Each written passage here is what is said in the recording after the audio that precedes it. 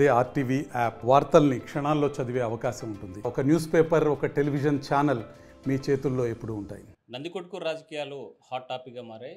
YCP ఇన్ఛార్జిగా ధారా సుధీర్ని ప్రకటించిన తర్వాత లోకల్ నాన్ లోకల్ అనేటువంటి ఇష్యూ గత కొంతకాలంగా నడుస్తుంది. ఈ నేపథ్యంలోనే స్థానికంగా గతంలో పనిచేసినటువంటి మాజీ ఎమ్మెల్యే లబ్బి వెంకటస్వామి పార్టీలో సరైనటువంటి ప్రాధాన్యత లేదు, లేకపోతే అక్కడ ఉన్నటువంటి స్థానికులకే ఇవ్వాల్సినటువంటి అవసరం అధిష్టానం మీద ఉందని ఈరోజు జరగబోయేటువంటి సిద్ధం సభ కూడా అలకపోని వెళ్ళనటువంటి పరిస్థితి ఉంది. మనతో మాట్లాడడానికి లబ్బి వెంకటస్వామి ఉన్నారు. సార్ చెప్పండి, ఈరోజు సిద్ధం సభకి ఎందుకు వెళ్ళారు? ఆరోగ్యరీత్యా సిద్ధం ప్రోగ్రాంకు ఈరోజు అటెండ్ కాకపోవడం అనేది యాదృచ్ఛికమైన కానీ వాస్తవం. అది యాదృచ్ఛికమైన వాస్తవం. అలాగే ఏదైతే నందికొట్కూరు నియోజకవర్గంలో జరుగుతున్న రాజకీయ పరిణామాలు ఒకసారి గమనిస్తే నందికొట్కూరుకి ఒక విశిష్టత ఉంది. నందికొట్కూరు నియోజకవర్గంలో అంటే గతంలో కానీ భవిష్యత్తులో కానీ ఒక పటిష్టమైనటువంటి రాజకీయ నాయకుల నేపథ్యం ఉన్నటువంటి నియోజకవర్గం. ఆ నియోజకవర్గంలో గతంలో ఉన్నటువంటి బైరెడ్డి శేషనారెడ్డి గారు కానీ, మద్దూరు సుబ్బారెడ్డి గారు కానీ, అలాగే తర్వాత బైరెడ్డి రాజశేఖర రెడ్డి గారు కానీ, చరితమ్మ కానీ, నేను కానీ, వీళ్ళందరం కూడా ఏంటంటే నందికొట్కూరు నియోజకవర్గానికి రాష్ట్ర వ్యాప్తంగా ఒక విశిష్టతను సంతరించుకోవడానికి మేము దోహదపడినటువంటి రాజకీయ చరిత్ర ఉన్నటువంటి నియోజకవర్గము, రాజకీయ నాయకుల నేపథ్యము. ఈ అంటే 10 సంవత్సరాలుగా గతంలో నేను 9 నుండి 14 వరకు నియోజకవర్గంలో ఎమ్మెల్యేగా ఉండి, ఎమ్మెల్యే అయిన తర్వాత నేను ఆ రోజు ఉన్నటువంటి సమకాలీన పరిస్థితుల దృష్ట్యా నియోజకవర్గంలో ఏవైతే ఎంతో కాలంగా పేరుకుపోయినటువంటి సమస్యలను పరిష్కరించడానికి శాయశక్తుల కృషి చేయడం జరిగింది. ఈ నియోజకవర్గం యొక్క నైసర్గిక స్వరూపాన్ని ఒకసారి గమనిస్తే ఈ నియోజకవర్గం గతంలో ఒక నానుడు ఉండేది. నందికొట్కూరు నియోజకవర్గము కర్నూలు జిల్లాలో ఉన్నప్పుడు కూడా అది ఒక ఫ్యాక్షన్ నియోజకవర్గంగా ముద్రపడినటువంటి నియోజకవర్గం. ఆ ముద్ర నుండి నియోజకవర్గ ప్రజలను కానీ, రాజకీయ నాయకులు కానీ, రాజకీయ నేపథ్యం కానీ ఒక ఉన్నత విలువలు కలిగిన రాజకీయ అంశంగా ఒక పరిణామంగా తీసుకురావాలనే నా ఉద్దేశంతో నేను రాజశేఖర రెడ్డి గారి ఇచ్చినటువంటి అవకాశాన్ని, నాకు రాజశేఖర రెడ్డి గారు గురువుగా అనుకోవచ్చు, లేకుంటే అన్ని విధాలుగా రాజశేఖర రెడ్డి గారిని నేను బ్రాటప్ చేసినటువంటి రాజకీయ నాయకుని. ఆయన యొక్క ఆశయాలు కానీ, ఆయన యొక్క ఆలోచన విధానం కానీ నేను నా ప్రజల దగ్గరికి ప్రస్ఫుటంగా అభివృద్ధిని కాంక్షించి అభివృద్ధి దిశలో ప్రయాణించాలనేది నా ఆకాంక్ష, పెద్ద ఆయన యొక్క అభిలాష కూడా. నందికొట్కూరు నియోజకవర్గం ఫ్యాక్షన్ నేపథ్యం ఉందన్నారు. అయితే ఇప్పుడు బైరెడ్డి సిద్ధార్థ రెడ్డి వచ్చిన తర్వాత ఫ్యాక్షన్ని ప్రేరేపించేలాగా రెచ్చగొట్టేటువంటి వ్యాఖ్యలు చేస్తున్నారు, 2 గ్రూపుల మధ్య తగాదాలు పెట్టి చేస్తున్నారని టీడీపీ నాయకులు అంటారు. మీరేమంటారు? అది ఆపాదం అనేది టీడీపీ నాయకులకి వర్తిస్తుంది. ఇప్పుడు టీడీపీ నాయకులలో గతంలో ఉన్నటువంటి రాజకీయ నాయకులు అవలంబించిన విధానమే కదా. ఎవరైతే టీడీపీలో ఉండి రాజకీయ నాయకులు ఎదిగినారో ఆ రాజకీయ నాయకులు ఆ ముద్ర వేయడానికి ప్రధాన కారకులు వాళ్ళే కదా. ఈరోజు వైఎస్ఆర్సీపీలో ఉన్నటువంటి సిద్ధార్థ రెడ్డి కానీ, ఇంకొకరు కానీ, ఇంకొకరు అని అది రుద్రం అనేది సబబు కాదు. ఎందుకంటే వాళ్ళు వేసిన ముద్ర నియోజకవర్గానికి అలాంటి రాజకీయ కోణంలో ఫ్యాక్షన్ నియోజకవర్గంగా ముద్రపడింది. దాన్ని ఆ పరంపరను మేము మా తరము వచ్చేలోగా ఆ పరంపరను మనము దాన్ని వ్యతిరేకించి ఎరాడికేట్ చేశాం. ఎందుకు ఎరాడికేట్ అనే పదం వాడుతుందంటే ఏ రాజకీయ నాయకుడైనా వచ్చిన అవకాశాన్ని ప్రతి సభలో కానీ, ప్రతి మీటింగులో కానీ రాజకీయ వేదికగా మార్చి పేదరికాన్ని నిర్మూలిస్తామని చెప్తారు. మరి పేదరిక నిర్మూలనలో భాగంగా వాళ్ళు తీసుకునే అంశాలు ఏవో నాకైతే తెలియవు. పేదరిక నిర్మూలనకు నాకు కొన్ని అంశాలు నేను క్రోడీకరించినవి ఏంటంటే, ప్రధానంగా పేదలు, బడుగు బలహీన వర్గాలు నివసించే నియోజకవర్గంలో, నా నియోజకవర్గంలో ఇందిరాగాంధీ గారు ఇచ్చినటువంటి పొలాలు అంటే డీకేడి పట్ట భూములు అంటారు కదా, ఆనాడు 6 మండలాల్లో పొలాలు ఉండేటివి. ఆ 5 మండలాలకు సంబంధించిన నేను 7 లిఫ్ట్ ఇరిగేషన్ల ద్వారా 32,000 ఎకరాలకు నీళ్ళు ఇవ్వడం జరిగింది. అంటే గతంలో ఫ్యాక్షనిజం చేసినటువంటి రాజకీయ నేపథ్యం ఉన్నటువంటి రాజకీయ నాయకులకు ఈ ఆలోచన ఎందుకు రాలే? పేదరికాన్ని నిర్మూలించాలని ప్రతి మీటింగ్లో చెప్పారు. మరి దానికి ఎందుకు ఆజ్యం పోయలేదు? 32,000 ఎకరాలకు నీళ్ళు ఇచ్చడం వలన ఆ ప్రాంతంలో ఉన్న ప్రజలు కానీ, జీవన విధానం కానీ, జీవన శైలి కానీ మార్పుకు శ్రీకారం చుట్టాము. స్కూల్ తెచ్చాము, మోడల్ స్కూల్ తెచ్చాము. అన్ని విద్యాపరంగా కానీ, వైద్యపరంగా కానీ ప్రజలను అభివృద్ధి దిశలో పయనించాం కాబట్టి ఆ రోజు నేను 9 నుండి 14 వరకు ఏదైతే అసెంబ్లీలో శాసనసభ్యునిగా ఉన్నానో, చట్టసభలో నేను సభ్యునిగా ఉన్నానో, అప్పుడు దీనికి చరమగీతానికి అంటే ఫ్యాక్షనిజం వైపును కాకుండా అభివృద్ధి వైపుకు ప్రజలను మళ్లించడం జరిగింది. అభివృద్ధి కాంక్షలను, అభివృద్ధి ఫలాలను వాళ్ళకు రుచి చూపించడం జరిగింది. లబ్బి వెంకటస్వామి నందికొడుకు నియోజకవర్గ అభివృద్ధి కోసం, ఫ్యాక్షన్ రూపుమాపకం కోసం అక్కడ పనిచేశారు. స్థానికంగా మీరు ఉన్నారు, మాజీ ఎమ్మెల్యే ఐజే ఉన్నారు. ఇక్కడ ఉన్నటువంటి నాయకులు, వైసీపీలో ఉన్నటువంటి నాయకులకు కాకుండా ఎక్కడో పులివెందుల నుంచి ఒక సుధీర్ ధారాన్ని తీసుకొచ్చి పెట్టడానికి కారణం ఏంటి? నేను అదే ఈరోజు నేను పార్టీకి కానీ, పార్టీ నాయకత్వం కానీ వ్యతిరేకంగా నేను వ్యవహరించట్లేదు. పార్టీ నిర్ణయాధికారం ఉన్నటువంటి ఏదైతే పార్టీ నిర్ణయాధికారము చేసినటువంటి నాయకులు ఎవరైతే ఉన్నారో ఆ నిర్ణయాన్ని పునఃసమీక్షించాలి, పునఃపరిశీలించాలి. ఎందుకంటే స్థానికేతరుడు అనేది బలంగా ఉన్నటువంటి నియోజకవర్గం.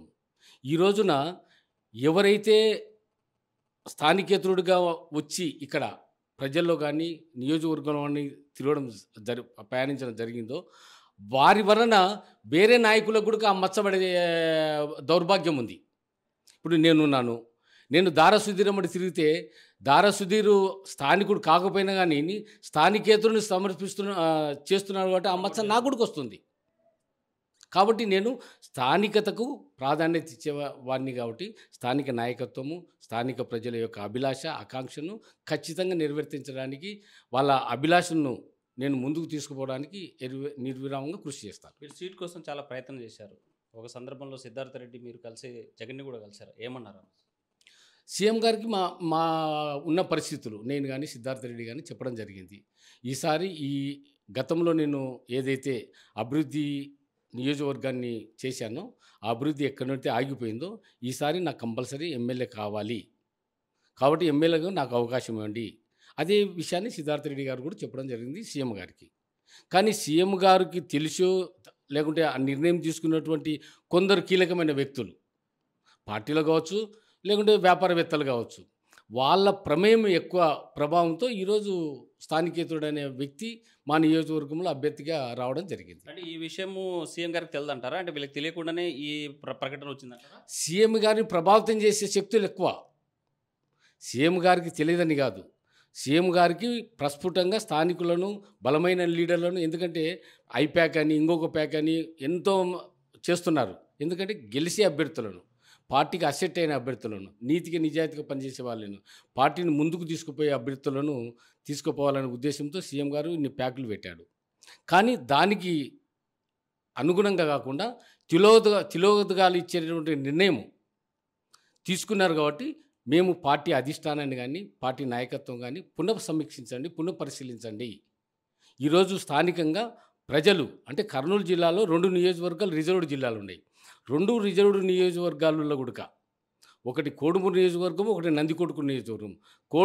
కోడుమూరు నియోజకవర్గము ప్రకాశం జిల్లాకు చెందిన వ్యక్తికి ఇవ్వడం జరిగింది, ఎవరైనా కానీ జరుగుతుంది. అలాగే నందికొట్కూరు నియోజకవర్గము ఎవరో కడపనో వైజాగ్ అంటున్నారు, అతన్ని తీసుకురావడం జరిగింది. ఇక్కడ నుండి ప్రజా సంఘాలు కానీ, ప్రజలు కానీ, నాయకులు కానీ వాళ్ళ అభిష్టానికి వ్యతిరేకమైనటువంటి నిర్ణయము, ఆ నిర్ణయాన్ని పునఃపరిశీలించమనేది నా విజ్ఞప్తి. అంటే మీరు చెప్పండి, డాక్టర్ సుధీర్ని బైరెడ్డి సిద్ధార్థ రెడ్డి ప్రపోజ్ చేశాడు. ఒకవైపు లబ్బి వెంకటస్వామి పేరు ప్రపోజ్ చేస్తూనే మరోవైపు డాక్టర్ సుధీర్ని ప్రపోజ్ చేశాడు, అందుకే ఓకే చేశారు సీఎం జగన్. అంటే పార్టీ నిర్ణయించిన దానికి తదనుగుణంగా సిద్ధార్థ రెడ్డి వ్యవహరిస్తడం జరిగింది. సిద్ధార్థ రెడ్డి యొక్క కనుసైగలో నడిచిందనేది అది అవాస్తవము, అభూత కల్పన. పార్టీ నిర్ణయాన్ని నేను కూడా పార్టీ నిర్ణయాన్ని గౌరవిస్తా. కానీ ఇప్పుడు ఇక్కడ ఉన్నటువంటి పరిస్థితుల దృష్ట్యా స్థానికంగా స్థానికేతరుడు అనే బలమైన ఆకాంక్ష, బలమైన వాదం వినిపిస్తుంది. కాబట్టి నేను పార్టీని, వారి నిర్ణయాలను పునఃసమీక్షించమనేది నా విజ్ఞప్తి. డాక్టర్ సుధీర్ పేరు ప్రకటించిన తర్వాత ఆ నియోజకవర్గంలో సిద్ధార్థ రెడ్డి అకౌంట్స్కి కొన్ని అమౌంట్స్ వెళ్ళాయి, అకౌంట్తో సహా షేర్ ఈ వాట్సాప్ గ్రూప్స్లో కూడా షేర్ చేసినట్లు ఒక ప్రచారం జరిగింది. దీన్ని ఎట్లా చూడాలి? No comment. అది నో కామెంట్. స్థానికులు, మీరు పార్టీ కుటుంబం, వైఎస్ఆర్ కుటుంబానికి విధేయతగా ఉన్నారు. ఇప్పటి నుంచి కాదు, మీరు జడ్పీ చైర్మన్గా పనిచేసి ఇప్పటి నుంచి ఇప్పటి వరకు అదే లాయల్టీ జగన్తో కూడా కొనసాగుతున్నారు. సీట్ రాకపోవడానికి కారణం ఏంటి? సీటు అది చెప్తే కదా, కొందరు పార్టీ పైన కానీ కూడా నాయకత్వం పైన కూడా కొందరు శక్తులు, అంటే పారిశ్రామికవేత్తలు కావచ్చు, ఇంకొకరు కావచ్చు, అలాంటి శక్తులు కొంత పార్టీ మీద ప్రభావం పడుతుంది, పార్టీకి చెడ్డ పేరు వస్తుంది. ఆ చెడ్డ పేరు రాకుండా జగన్మోహన్ రెడ్డి గారిని పునఃసమీక్షించమనేది నా విజ్ఞప్తి. అంటే లబ్బి వెంకటస్వామికి సీట్ రాలేదు కాబట్టి పార్టీ మారేటువంటి ప్రయత్నం చేస్తున్నారు అంటే పొలిటికల్ డాక్. మీరేమంటారు? లబ్బి వెంకటస్వామికి సీటు వస్తుందా రాదనేది కాదు, ఎవరికి వచ్చినా కానీ లబ్బి వెంకటస్వామి పార్టీ కోసం పనిచేయడానికి సిద్ధంగా ఉన్నాడు. లబ్బి వెంకటస్వామికి టికెట్ రావాలని కాదు. కాకపోతే లబ్బి వెంకటస్వామి యొక్క అభిలాష ఏంటంటే, ఈ నియోజకవర్గంలో 32,000 ఎకరాలకు నీళ్ళు ఇచ్చినటువంటి 7 లిఫ్ట్ ఇరిగేషన్లు అవి ఈరోజు నిర్విరామంగా ఉన్నాయి. 98 జీవో కింద 960 ఉద్యోగాలు ఇప్పించాను. మళ్ళీ ఆ జీవోకు అతి లేదు గతి లేదు. అలాగే అభివృద్ధికి ఆమడ దూరంలో ఉంది. అందులో నందికొట్కూరు నియోజకవర్గంలో అపారమైనటువంటి ఖనిజ సంపద ఉంది, అపారమైన నిధులు ఉన్నాయి. ఈ నిధులను మా నియోజకవర్గ ప్రజలకు, మా నియోజకవర్గ నాయకులకు అన్నీ చేరాలనేది నా అభిలాష. గత పాలకులు అంటే 10 సంవత్సరాలు ఉన్న పాలకులు దాన్ని అతిగతి లేదు, పట్టించుకోలేదు. దానికోసం నేను ఎమ్మెల్యే కావాలనుకుంటున్నాను. అంటే 5 సంవత్సరాల పాటు వైసీపీ ప్రభుత్వం అధికారంలో ఉంది కదా, ఎందుకు ఈ సమస్య మీరు జగన్ దృష్టి తీసుకోలేదా? వైసీపీ ప్రభుత్వంలో చట్టసభలు ఉండేది ఎవరు? వైసీపీ నాయకుడే, ఎమ్మెల్యేనే. అతనికి ఆకాంక్ష ఉండాలి కదా, అభిలాష ఉండాలి కదా, ప్రజలకు సేవ చేయాలన్న తృష్ణ ఉండాలి కదా. తృష్ణ లేని వాళ్ళు ఓన్లీ ఏదో కార్డుల కోసం, దేనిల కోసం. ఇప్పుడు సుధీర్ కూడా అదే అంటున్నారు. సుధీర్ వచ్చింది కూడా ఏమంటున్నారు, నాకు ఎమ్మెల్యే పదవి, ప్రజల ఆకాంక్షలు, ప్రజల అభివృద్ధి, ప్రజల కోరికలు నేను తీర్చాల్సిన అవసరం లేదు, నాకు ఎమ్మెల్యే స్టిక్కర్ కావాలంటున్నాడు అని ప్రజలు అంటున్నారు, ప్రజా సంఘాలు అంటున్నారు.